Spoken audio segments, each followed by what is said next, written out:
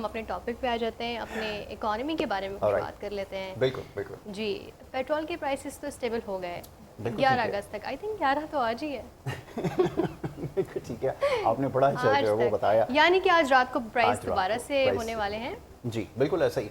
अच्छा, हो ये रहा है कि अभी जैसे कल रात की बात हो रही है, गुज़िश्ता रात जो प्राइसेस थी उसके अंदर एक स्लाइटली सा जो है वो सर्ज आया है, और वजह उसकी यही है, ये जो इंटरनेशनल मार्केट्स हैं बड़ी वॉलेटिलिटी नज़र आ रही है सब जगह। स्टेटमेंट्स आ रही हैं, फिर से अटैक करेंगे, ये करेंगे, सेटल डाउन हो जाएगा, अब नहीं होगा, ये होगा वो, ये सारी चीज़ें।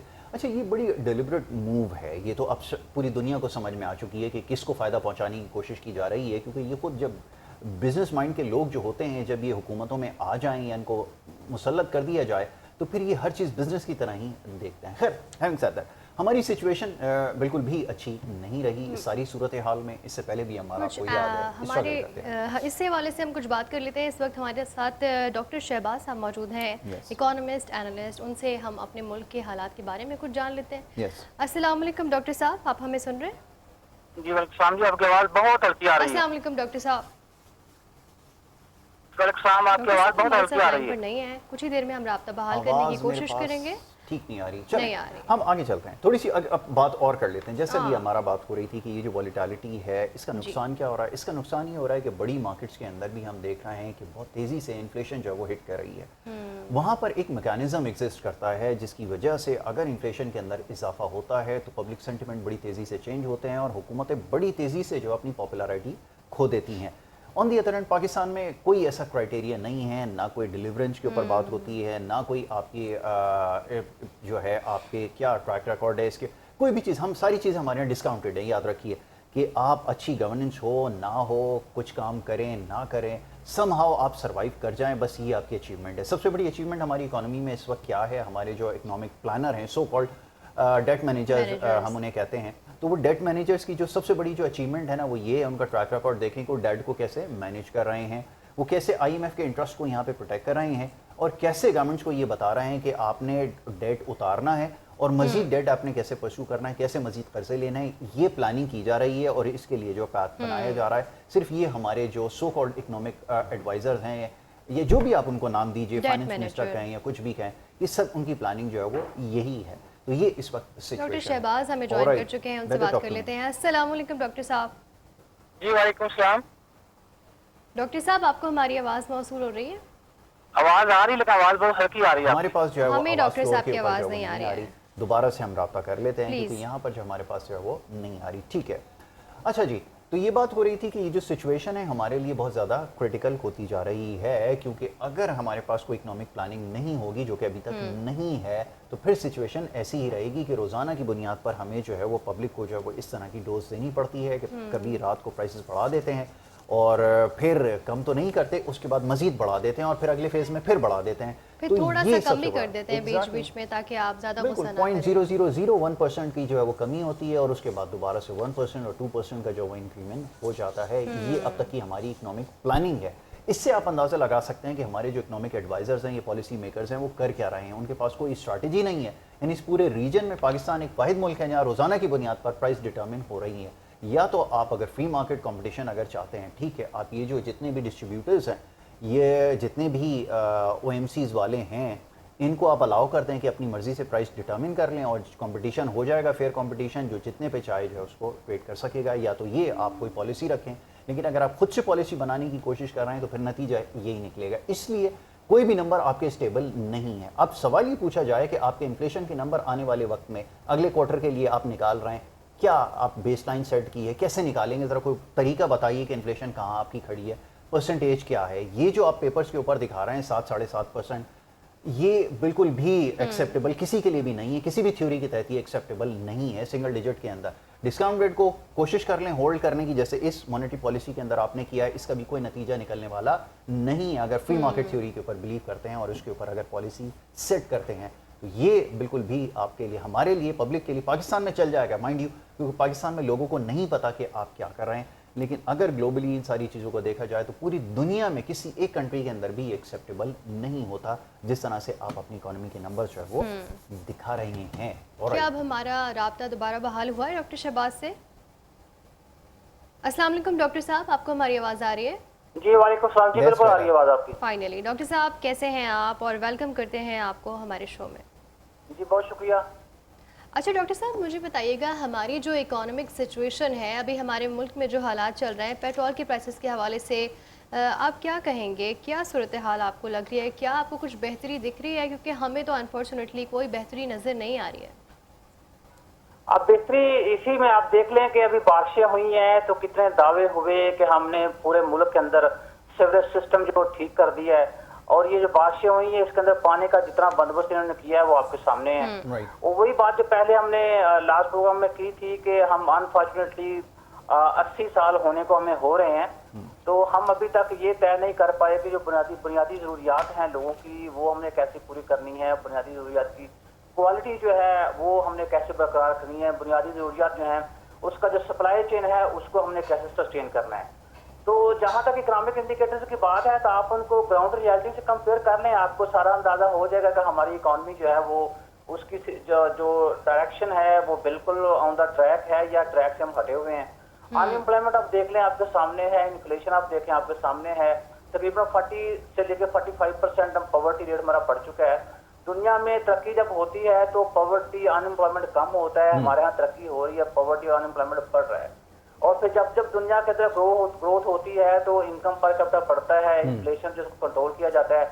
हमारे यहाँ इनकम पर कैपिटा उस स्पीड से नहीं बढ़ रहा जिस स्पीड से हमारा इन्फ्लेशन बढ़ रहा है। तो जब ये सारी चीजें आपकी मेन इंडिकेटर्स यही होते हैं, जब यही सही डायरेक्शन में नहीं चल रहे तो बाकी इकोनॉमी जो है उसके इंडिकेटर्स की हम क्या तवक्को रखें कि वो सही सिमत में चल रहे हैं।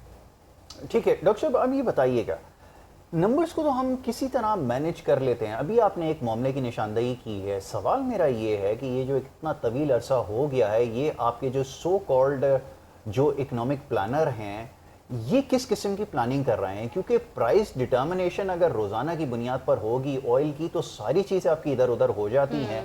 ये चीज़ें तो क्वार्टरली एनालिसिस की जाती थी, लेकिन अब almost on a daily basis आपकी इन्फ्लेशन जो है वो बढ़ती चली जा रही है। यहाँ पे सिंगल डिजिट के अंदर उसको मैनेज करके दिखाने की कोशिश की जा रही है। ये कैसे चलेगा बताएं? चले थर्ड वर्ल्ड कंट्री है, इसका एडवांटेज इनको जाता है कि चलें यहाँ पर चीज़ें एप्लीकेबल हैं। दुनिया में कहीं इस तरह की थ्योरी आपको नजर आती है जिस तरह हमारे यहाँ जो एक्सपेरिमेंट किए जाते हैं इकोनॉमी के साथ? देखिए पहली बात तो यह है, मैं पहले भी ये अर्ज कर चुका हूँ कि पाकिस्तान दुनिया का वाहिद मुल्क है जहाँ इकोनॉमिक्स काम नहीं करती जी। जब यहाँ पे इकोनॉमिक्स काम नहीं करेगी तो जो बाकी थ्योरी जिसकी हम बात कर रहे हैं क्या उनका डिस्कशन करना यहाँ रेलेवेंट बनता है? बिल्कुल नहीं बनता। दूसरी बात यह है कि आप देखें डेफिनेशन जो है या फैक्ट्स एंड फिगर जो हैं उनको मैनिपुलेट करते हैं या उनको मेंटेन करने की कोशिश करते हैं, उनको मैनेज करने की कोशिश करते हैं, तो वो सबसे बड़ा काम क्या करते हैं, अब वेरिएबल जो है उनकी डेफिनेशन के साथ प्ले करते हैं, उनको मैनिपुलेट करते हैं। तो जब वो फैक्ट्स जो है वो आपकी मंशा के मुताबिक हो जाता है तो उसी डेफिनेशन को आप फॉलो कर लेते हैं। इसी तरह पॉवर्टी देखें, पॉवर्टी की डेफिनेशन के साथ आपने मैनिपुलेशन किया, आपने इन्फ्लेशन की डेफिनेशन के साथ मैनिपुलेशन किया, आपने इकोनॉमिक ग्रोथ जो उसकी डेफिनेशन के साथ आपने मैनिपुलेशन किया। इवन कि आजकल सारा पैसा जो आपका पड़ा बैंक्स के अंदर डॉलर की फॉर्म में वो सारे का सारा कर्जा है, लेकिन आजकल हम उसको फॉरेन रिजर्व जो है वो काउंट कर रहे हैं। तो हम तो डेफिनेशन के साथ मैनिपुलेशन कर रहे हैं। जब डेफिनेशन मैनिपुलेशन करेंगे तो ये कैसे ग्राउंड रियलिटी जो है उसकी सही पिक्चर जो है वो शो करेंगी। राइट, बिल्कुल ठीक है। डॉक्टर साहब, अब गोइंग फॉरवर्ड क्या होगा? अभी तक तो आपकी जितनी एफर्ट्स हैं वो डेट मैनेज करने में गई हैं, ठीक है ना?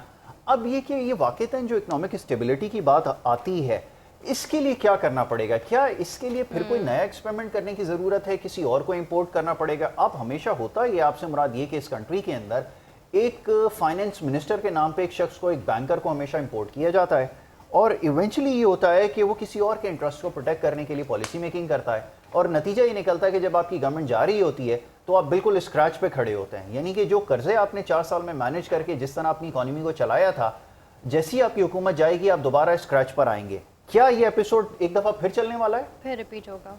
देखिए पिछले दिनों आपको अगर याद हो तो सिस्टम की खराबी की बातें हो रही थी। जी, बिल्कुल बिल्कुल। 80 साल से सिस्टम जो है वो गल सड़ गया है और हमें इंतजामी यूनिट्स बनाने चाहिए, हमें नए सूबे बनाने चाहिए। बात कुछ और थी लेकिन चीजें कहीं से कहीं और चली गई। देखिए सिस्टम बिल्कुल ठीक है, सिस्टम के अंदर जो लोग हैं अगर वो ईमानदारी से काम करेंगे तो सारी वो तवक्कात जो हम इस गवर्नमेंट या पिछली गवर्नमेंट से हम रख के बैठे हुए या आने वाली गवर्नमेंट से हम रखेंगे वो हमारी पूरी होगी। जब हर बंदा जिम्मेदारी को अपनी जिम्मेदारी समझेगा, हर बंदा अपना इंटरेस्ट जो है उसको बलाए ताक रख के मुल्की मुफाद जो है उसको मद्देनजर रख के काम करेगा, तो यही सिस्टम काम करना शुरू कर देगा। अब कितने कुछ सिस्टम हमें चाहिए, हमने डेमोक्रेसी भी देख ली, हमने डिक्टेटरशिप भी देख ली, हमने एडमिनिस्ट्रेटरशिप भी देख ली, हमने प्रेसिडेंशियल जो सिस्टम भी देख लिया, हमने अडॉप्ट करके देख लिया।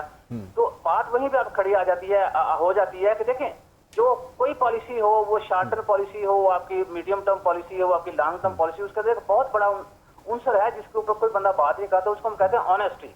तो जब तक आप ऑनेस्टी से चीजों को इम्प्लीमेंट नहीं करेंगे, ऑनेस्टी से सिस्टम जो है उसको नहीं देखेंगे, उसके बारे में नहीं सोचेंगे, तो जितने मर्जी आप फेज जो है ये एपिसोड जो चेंज कर लें, तो मेरा नहीं ख्याल को चीजें ग्रो करेंगी।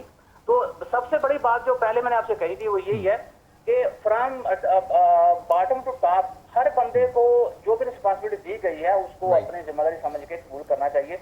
जहां तक हम इम्पोर्ट की बात करें, देखें हम लोग फाइनेंस मिनिस्टर इम्पोर्ट इसलिए करते हैं क्योंकि उनके कॉन्टेक्ट होते हैं, तो वो कर्जा हमें जल्दी मिल जाता है, और कर्जा लेना वो बड़ा आसान होता है। उसकी वजह ये काम करना, आप चाहे वो 18 घंटे काम करें जैसे कहा जा रहा है, तो 18 घंटे काम करने का आउटपुट भी आना चाहिए पॉजिटिव टर्म में। तो आउटपुट तो नहीं आ रहा, लेकिन आप 18 घंटे काम जरूर कर रहे हैं, ये भी तो फाइनेंस मिनिस्टर में इम्पोर्ट करते हैं क्योंकि उनको कर्जा इजिली मिल जाता है, उनके कॉन्टेक्ट होते हैं, तो हम कहते हैं ठीक कर्जा मिल रहा है तो कर्जा लो, चाहे कर्जा उतारने के लिए कर्जा लो, चाहे हमारे जो अपने अनप्रोडक्टिव एक्सपेंडिचर्स हैं उनको उतारने के लिए कर्जा लो।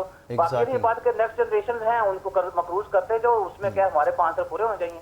बिल्कुल ठीक है, आपने बिल्कुल ठीक कहा कि हमारे यहाँ हमारा यही हो रहा है कि अगर हमने क्वेटा जाना है तो हमारी डायरेक्शन अगर राइट की तरफ होगी तभी हम वहां पहुंचेंगे, लेकिन हमारी अगर डायरेक्शन उस तरफ होगी दूसरी तरफ और वहां हम भले 3 दिन तक भी चलते रहें या 10 दिन तक चलते रहें तो हमने पहुंचना कहीं नहीं। ये मिसाल बिल्कुल और सिस्टम कोलैप्स करने की जहाँ तक बात की गई है, ये तो हम बहुत पहले ही कर चुके हैं।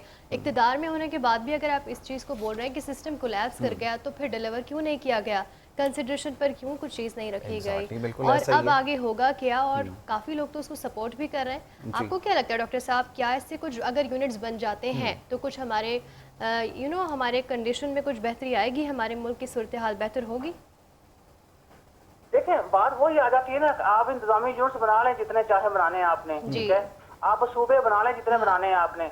अभी हम बात करते हैं जो पॉपुलेशन बढ़ गई, पॉपुलेशन के बढ़ने की वजह से बहुत सारी चीजें हमारी वो अनकंट्रोल हो गई हैं। आप ये भी सोचें कि चाइना इतना बड़ा मुल्क है, उस इतनी बड़ी आबादी है उनके पास, उन्होंने भी चीजें कंट्रोल की हुई हैं, उनकी भी आप देखें वहां पे भी खर्चे होते हैं, वहां पे तरक्की भी हो रही है, तरक्की पर नजर आ रही है। मैं तो ये कहूंगा कि किसी ने जिंदा इकोनॉमिक्स जो है फिजिकल फॉर्म में देखनी तो उसको चाइना का विजिट करना चाहिए। तो जब वहाँ सारी चीजें इतनी आबादी वाले मुल्क के अंदर हो रही है तो हमारे यहाँ क्यों नहीं हो रही? बात वही नीयत की आ जाती है, तो नीयत जब आपकी ठीक नहीं है तो आप जितने मर्जी सूबे बना लें, जब नीयत आपकी ठीक हो गई, जितना मर्जी सूबा बड़ा होगा, चीजें सारी कंट्रोल भी, मुल्क ग्रो भी करेगा, और जाहिर बात पॉवर्टी खत्म होगी, इन्फ्लेशन कंट्रोल होगा, एम्प्लॉयमेंट अपॉर्चुनिटी वो बढ़ेंगी आपकी। अच्छा, अभी एक सबसे बड़ा प्रॉब्लम ये, रात को मैं कोशिश कर रहा था इसको डॉक्टर साहब कैलकुलेट करने की, कि अभी आपके जो चीफ एग्जीक्यूटिव हैं, जो बादशाह सलामत एक एक प्रोविंस के अंदर आपने रखे हुए हैं, उनके प्रोटोकॉल, उनकी गाड़ियाँ, उनके पर्क्स, प्रिविलेजेस, ये वो बड़े बड़े बैंगलोर्स, न जाने क्या कुछ ये हो रहे हैं। तो अगर इसको मज़ीद डिवाइड कर देंगे तो फिर आपको मिसाल के तौर पर अगर यहाँ की बात करें तो 5 या 6 जितने भी आप बना लें, फिर चीफ मिनिस्टर होंगे, फिर उनके मज़ीद प्रोटोकॉल्स होंगे, फिर मजीद आपको उनके लिए बड़े बड़े जो ये बनाकर गए घर, गवर्नर हाउसेज, और ये भी आपको बनाने पड़ेंगे, फिर आपको मजीद उनके लिए नफरी भी चाहिए होगी, फिर मजीद प्रोटोकॉल्स भी होंगे, फिर मजीद टैक्सेस भी आपको लगाने पड़ेंगे। तो पाकिस्तान में तो ये बड़ा इम्प्रैक्टिकल सा नज़र आ रहा है, क्योंकि प्लानिंग तो कोई चीज़ नहीं, और ये जो सरफेस होने नहीं वाला, इस किस लिए किया गया ये तो मेरे ख्याल में लोगों को समझ में आ गया है। जो अवेलेबल रिसोर्सेज हैं उसको सही से कैपिटलाइज नहीं कर पा रहा है, दो कि पूरी दुनिया में बड़ी अच्छी चीज़ को समझा जाता है। इवन ये कि 18वीं आईनी तरमीम जो ये ऑटोनॉमी की बात हो रही थी प्रोविंशियल, ये बड़ा प्रोडक्टिव पूरी दुनिया में रहा है। इसकी मिसाल आप ये जो जिसका वीज़ा आप हमेशा जिसके लिए भागते रहते हैं ना यूनाइटेड स्टेट्स का, वहाँ पर आप स्टेट लेवल के ऊपर जाके देखें कि स्टेट कैसे काम किस तरह करती है। तो उस ज़माने में जब ये बात सरफेस हो रही थी कि 18 अमेंडमेंट आएगी, प्रोविंशियल ऑटोनॉमी आएगी, तो हम बड़ा खुश हुए थे कि नाउ अब कुछ डिलीवर कर सकेंगे। लेकिन उसके बाद जो हुआ है, उसके बाद तो लोगों ने कानों को हाथ लगाया कि आपने 18वीं आईनी तरमीम लाए ही क्यों, कि देखा जाएगा, देखा जाए, जब होता है तो देखा नहीं जाता। Exactly, very right. तो कहने का मकसद है डॉक्टर साहब आपकी बात से बिल्कुल फुली अग्री करते हैं कि कुछ भी नहीं होने वाला। आपके पास आप अगर कोई भी सिस्टम यहाँ पे चलाकर देख लें, अगर यही इनकॉम्पिटेंट लोग होंगे तो फिर तो नतीजा कोई निकलने वाला है नहीं, और आगे कोई होप हमें नजर नहीं आ रही। Thank you so much doctor साहब। कि आपने हमें वक्त दिया, और अब ब्रेक ले लेते हैं या शेफ की तरफ जाएं? पहले क्या कहते हैं आप? शेफ साहब को शेफ देख से लेते कुछ हैं। बात कर लें। एग्जैक्टली